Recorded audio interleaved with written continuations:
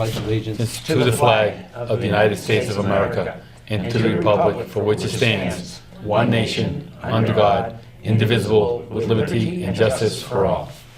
Thank you.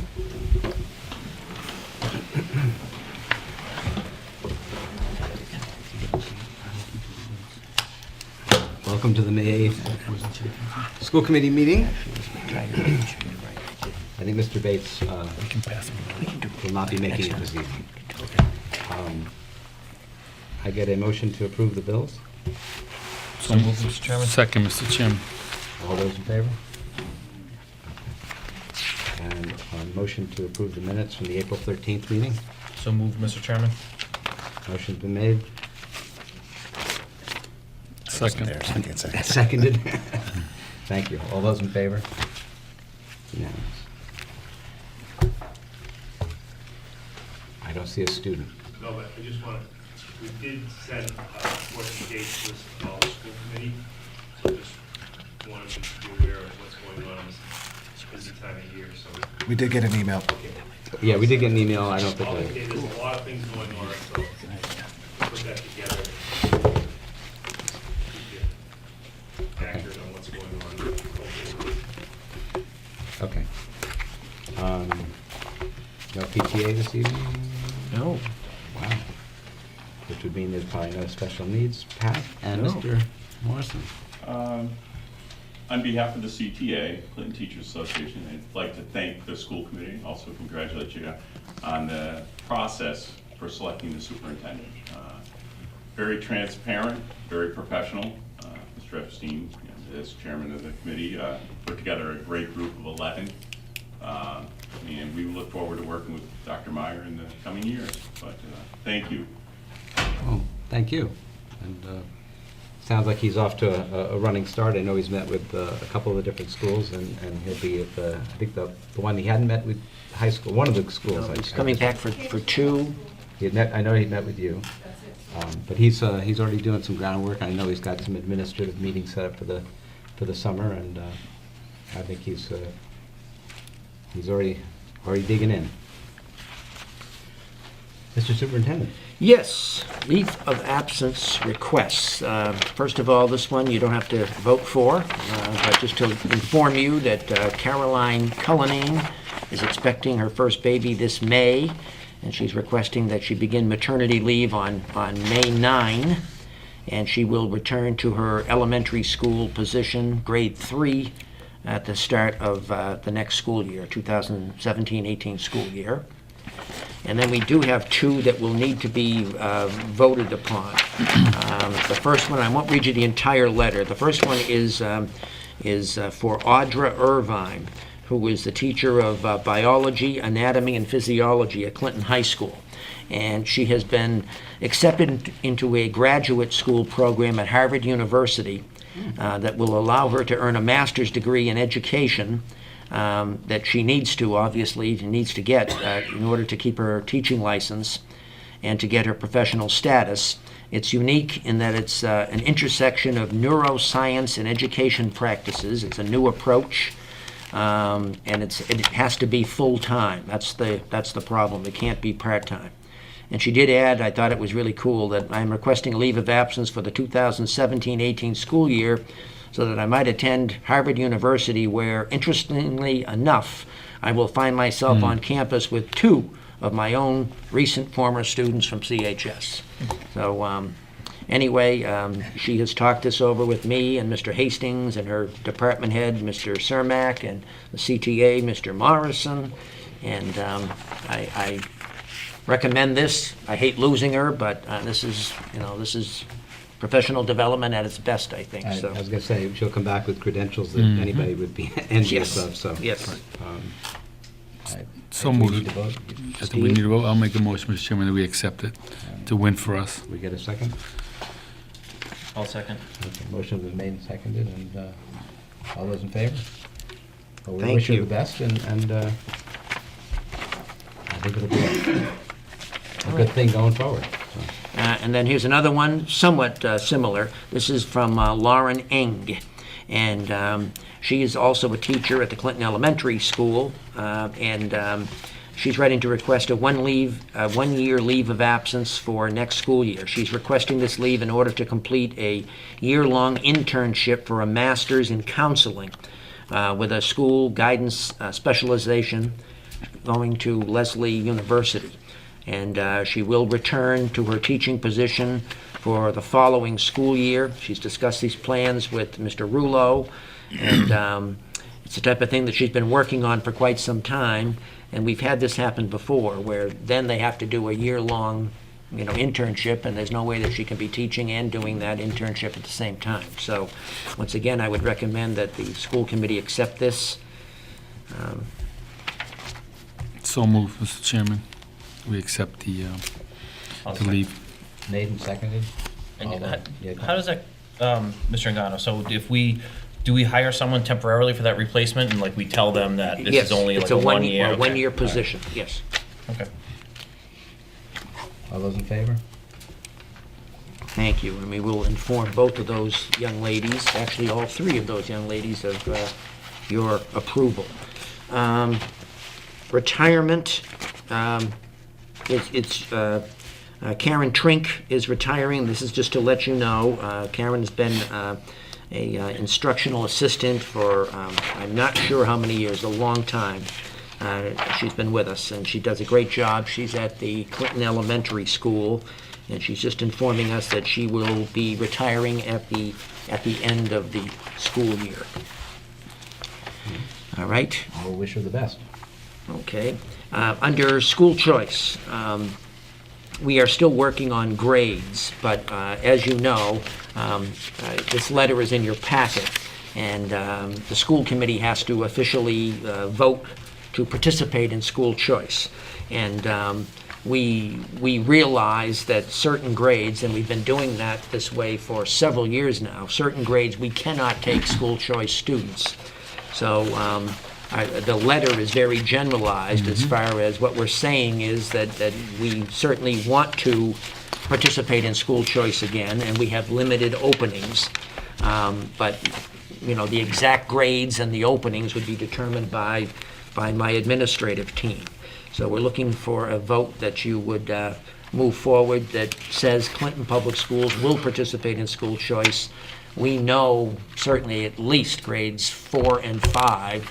They're so filled that we can't possibly take any out of town students. But certainly there are other grades that there are some openings, and we hope to attract some school choice kids.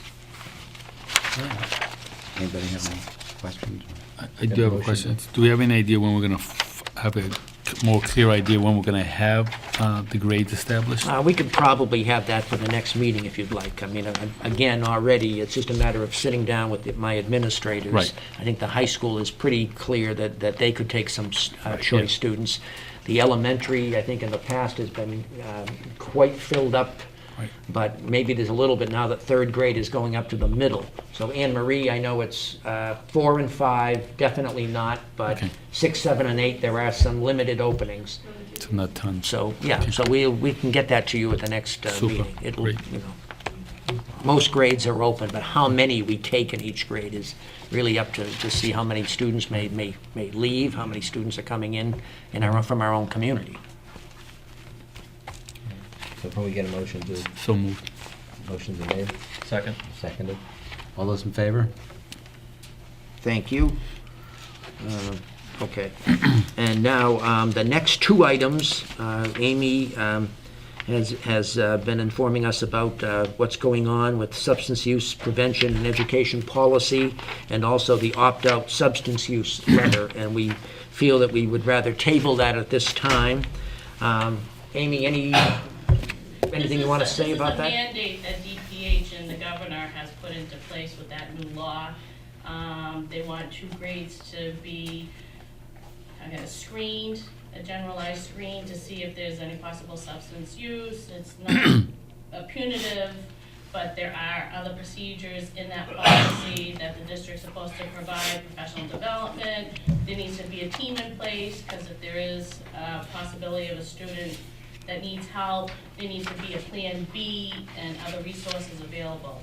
And on the back part is the opt-out letter for the parents that'll have to be translated into Spanish and probably Portuguese. I felt it was important for you guys to look through that because it is, I mean, it's something that's supposed to be in place by next fall. With Mr. Ngano leaving and the new superintendent, he is aware of the policy. He's been doing it in Napa, but I think it's something that you guys might want to really look into because this is something that's not going away. Right. I can't do it alone, and the other nurses can't do it alone. So it has to be your participation too, and how to develop professional development. It comes in to train teachers and guidance on this, you know, it's a big issue. It's more than just substance abuse. It's about how to help the kids, if there's other issues going in the house too, so. So this could wait till summer, as long as we get it done this Right, summer, right. anyway. Okay. Because definitely, I don't want it to be the first thing that you see and then we're passing the policy. A lot of districts, they're really having a hard time trying to put this together. But it's part of the law, and it's a new mandate that they're making us do, so. So who identifies, as obviously, the resources in worst case situation? We're supposed to put an implementation team in place. They have actually done a great job as trying how to structure it, but administration, superintendent, guidance, the people, you know, my thought is we're gonna probably screen 7th and 9th grade. They want one middle school and high school. They want it to be, not that you're catching them, they want the thought to be that, you know, this is the information, you have somebody to talk to. And what's going on is so prevalent right now. And the screening is more of an interview It's a type of very- thing. It's not I a mean- medical. Yeah, that was my It's, question. Have you ever driven in a car with somebody that's had something to drink? Do you know anybody? It's not you. Right. It's trying to open up the way of communication. I can, you know, share the website that Massachusetts has put together. It's pretty involved though. Right. So I guess that when I said resources, I mean, does the school district then have to reach out to, let's say, Clinton Hospital, the police department? There and would ver- be, have- right, they'd have to be, if you, this one, then they go to guidance, so whoever's gonna be the next person. Then Right. you know, have ideas of where outside resources would be to help Okay. them. All right. So it'll be pretty involved to get that all It's set up. really involved, I mean, once we do the report, there's a report that I have to put in, it's more data collection, I think, of what the responses were. So, and it's something that has to be submitted at the end of each year. So it's not just something that we do and okay. Yeah. So are we required to, like, prove that we've screened X amount of students, or, all right, So and, that's what the report is. I mean, I might not get everybody. Right. And it's not something that I'm gonna be able to keep my office opening, because I have my own office, and screen these kids. It's gonna have to be something private, because one might take a little longer than the other. Something might happen during that screening that becomes an emergency type of a thing. So, it's gonna be pretty involved. so are you allowed to select who is the subject of screening, or does it Well, have to it's be gonna some sort great. of random? It's gonna be what and a kid can opt out. Kid could show up, Yeah, not sure. realize who it was, and say, I don't wanna do it. We can't force it. Right, Um, but I mean, there's signs, I think teachers are trained and made aware of signs that to look for with students that are struggling with things like this, I mean, Right, we so can that probably could, do an impromptu one. I mean, like I said, the target grades are gonna be 7th and 9th grade. But I'm sure if there was an 11th grader that somebody had, you know, it can be an open communication that wouldn't fall into the survey of us actually doing it, but providing service and, you know, open up dialogue. So are parents going to be involved with that at all? That's, Actually, I how does think that you need work? to read the policy Okay. and read the letter, Mhm. because there are things, because they actually has to be, the student actually has to give permission to talk to the parent. It's so it's really kind of like tough. going to the If doctor. something's found, Yep. they need to give permission Hmm. to talk to the parent. So I guess my question was, it's important to read it thoroughly from what it's saying. But can school pick the kids without letting the parents know they're going to ask those questions? That's really what I'm asking.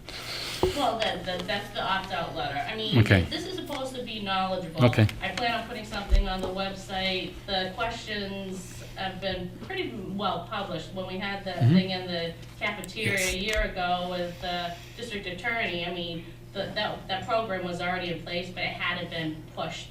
Gotcha. Because it's only supposed to be in for this year. Right. It's coming.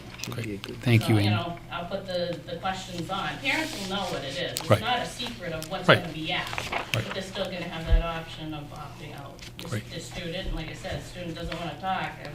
you Can't make 'em. force Well, Thank you, Amy. thank you. Okay, going out to discussion items. Karen had a death in her family, and so we thought maybe it would be important. Many times you just get this a few days before, so that the complete third quarter budget and athletics and the analysis is all there in your packet. And usually she'd be coming forward and talking about it now, but so we've given it to you, and at the next meeting, she'll be back, and if you have any questions on that, she can go over it. We'll probably have the ADs present as well, but she can talk about it then, but at least you have it now, a good, 2 weeks before the next meeting, anyway. And that is it from me, Mr. Chairman. Well, thank you very much. I just wanted to comment that last week we had the privilege of attending the Step Up to Excellence dinner, and Clinton High School was fortunate to be one of, I believe, 3 participating high schools in Step Up to Excellence, and the students gave moving presentations as to the experiences they had there during the program. A lot of these children, it's a remarkable program. These children have gotten to go overseas and attend various, whether it's a camp or it's professional related, for example, nursing, and a lot of these children have never been probably outside the Northeast, let alone go to Europe or South America. I have to say that of the things that we do on an annual basis, there are sometimes you sit there and you can hardly keep a dry eye, because these kids have overcome a lot and are incredibly mature. A lot of them get up there and you just know that they're gonna march into whatever profession that they're going to go to and do a great job. The program gives them that confidence. They did, I think there were 5 students that they had done over 500 hours of community service this past year, just those 5 kids. And in addition to obviously having academic standards which need to be met for the program. Anyway, it was a great evening, and Mrs. Birmingham and her late husband put together a remarkable program, and it's afforded, in the years I've been on the committee, just a lot of children an incredible step towards their future. And I just wanted to say it was a terrific night, and it's one of the things I'll miss about being on the school committee, for sure. Because it's great to see it, and it's a very selfless thing that she and her husband put together to do. Do we have anything to remark now? Just that relay track event that we had up at the high school, I think, was a big success. I know Coach Vanass isn't here. He really worked really hard on that the weeks up to it, and that was the result of the work that we did with the town to get that second long jump pit in there so we could have an event like that. And Mr. Morrison's digital media team was there. They have some footage. So the difficult thing about dealing with track is there's like hours and hours of footage. So we have to figure out how to put it together into a 30-minute or 20 or 30-minute video for everyone to see, to help market the schools a little bit. But that was it. It was a great day. Weather held out. It was a little windy, but like 50 schools. I don't know if anyone drove by. The middle school was all filled with buses. It gets packed. Yeah, it was. I mean, it was the biggest track event, I believe, that I think we've ever hosted. I mean, I know that It is. I How many think people were there? I'm gonna say that there was probably 1,500 people Oh, wow. there at between 1,500 and 2,000 people at its peak. I mean, the stands were totally filled for a track meet, which never never happened. So it was pretty interesting. But yeah, there was a lot of schools all set up in tents and stuff, and between their parents and friends and Yeah, people just yes. coming to check out the event. It was, And these are schools from throughout the state? yeah, District E. District, yeah. So Yeah. it's all I think it was the whole- 40 the whole district, schools. yeah. Yeah, I think, yeah, represented. between 40 and 50. And all the officials that were there were very complimentary on our facilities, and they love our facilities, they love our parking, because we got the parking lot over there, plus the middle school and the high school. And the goal of this is to the next big event is like a district class meet, which is kind of like, it's like the playoffs, it's like the end of the track. So, from everyone we've talked to there, they said that like we're in the game, we're in the mix to get that in the near future. So that was a positive sign from that. So that would be good. I think, excuse me, Ed, it was I don't know, $1,600, $1,800 was made of the concession Concession stand? stand, which is Good. ours. And we're going to use it to buy track equipment for the boys' track team. So Dave's visiting us tomorrow about that. Perfect. Yeah. Yeah. And I hope in the future I can work more with the town to maybe do something to try to, because I mean, you have a lot of families here. Not all of them are going to eat totally at the concession stand alone. When they're done, they might want to get something to eat and Right. Maybe do something with High Street where food trucks. I didn't even think of that. I was thinking more like maybe flyers or things like that. But that's a great idea. Yeah. Yeah. Food trucks. We had one, I don't remember what it was, but we did have a whole bunch of food trucks here last year Yes, for yeah, something. that was- It was actually kind of, Old Home Days? yeah. Yeah. And just to So, anyway, piggyback, that certainly, just to piggyback on what Ed said, it's important, I think, to thank the taxpayers of Clinton who gave us the money for the track on that warrant article. Right. Without them, this wouldn't be possible. So, it just proves working together as a team, you can get goals accomplished when you work together. Yep, and local businesses too. Exactly. Our Bates and Sons with Jimmy Leonard, who's a Clinton High School alum. I just can't say enough about those. I mean, those guys donated their whole time and equipment, and they dug that whole pit out just to because we asked and we explained what would be the benefit of that, and that we were still going to go to the town to get money for the remainder of it, which was like the paving and the rubber surfacing. But Jimmy Leonard and our Bates really stepped up. It was incredible. It was great. Grady, too?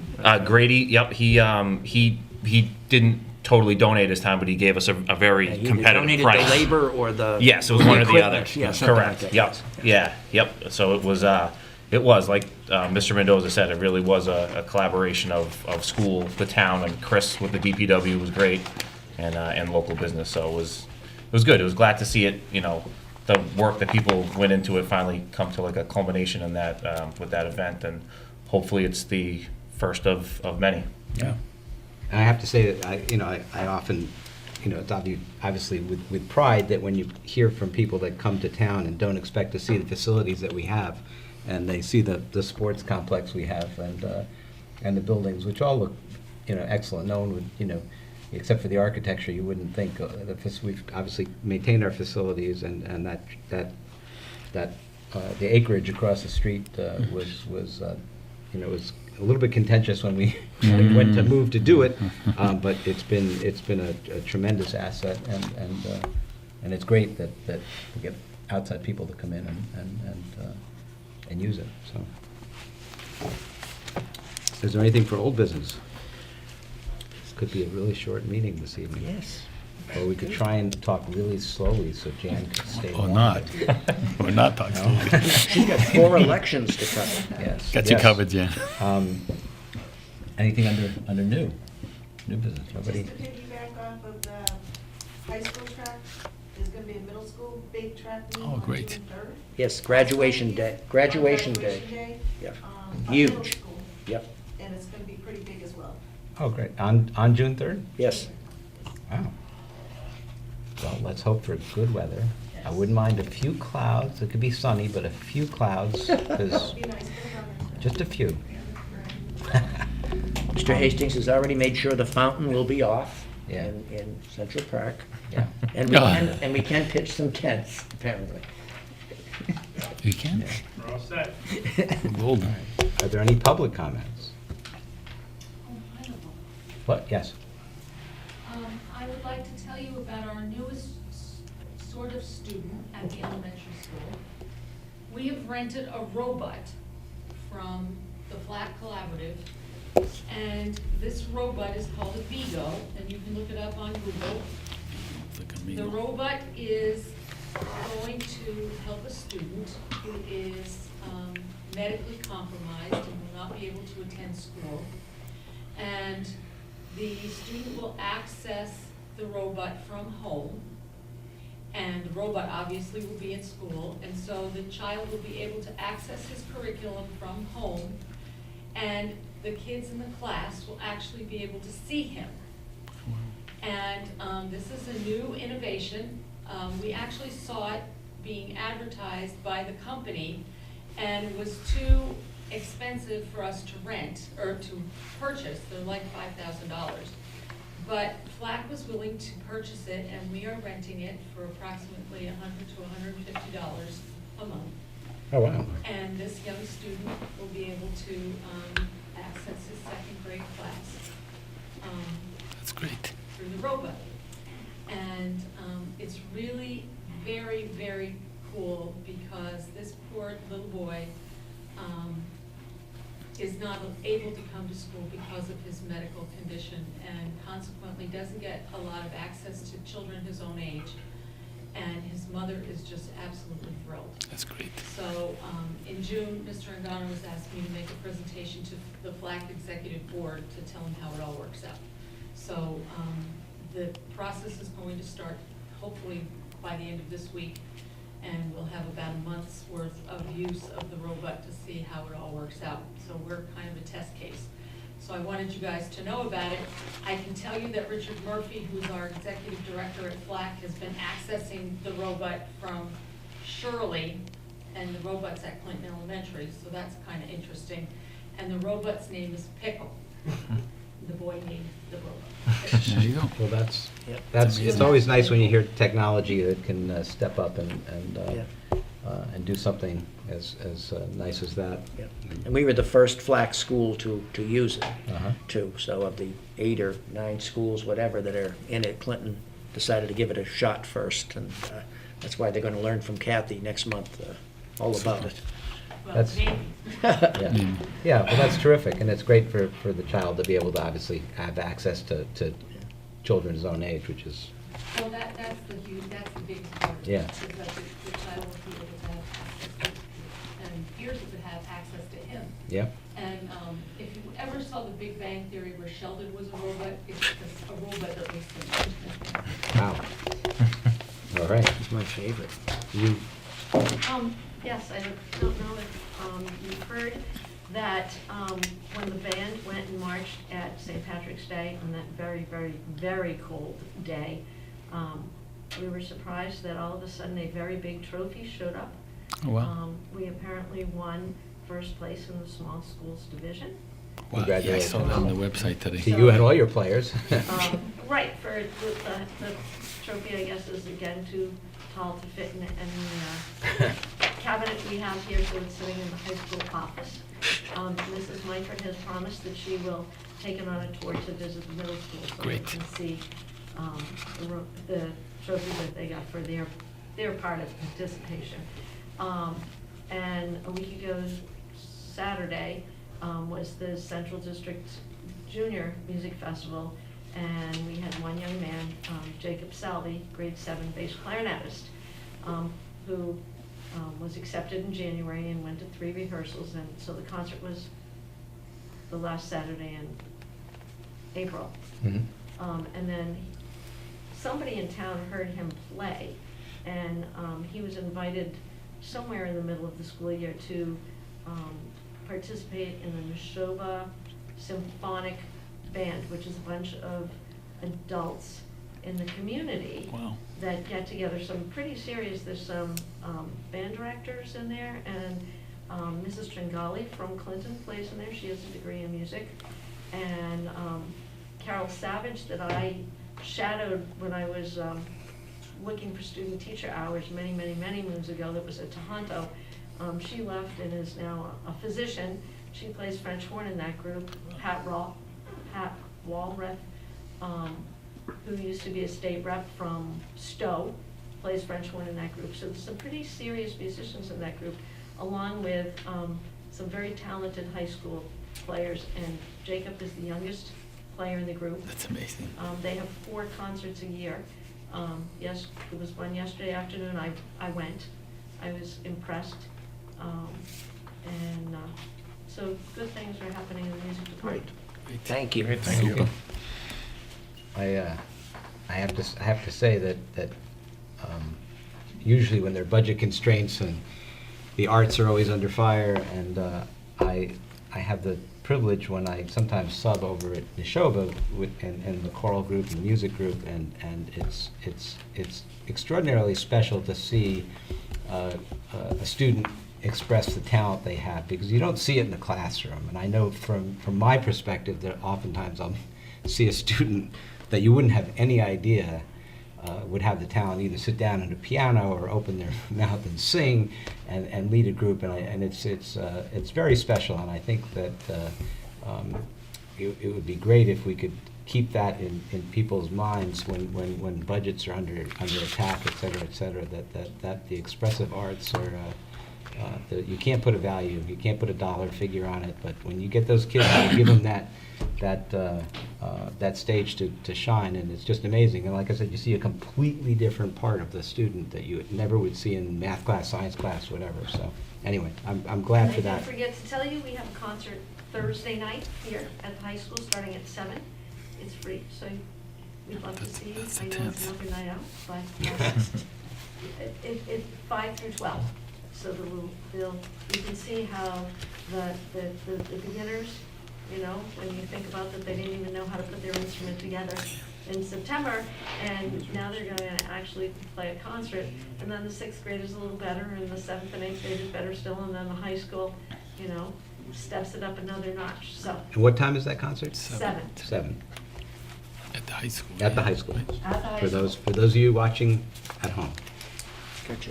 And Thank it would you. be especially nice if we could get our 4th grade students who have been playing recorder to be able to come and just see what they're in for a treat. Yeah. I've been talking it up. There you go. All right. If there's nothing else, I Wow. would ask for a motion to adjourn. So moved.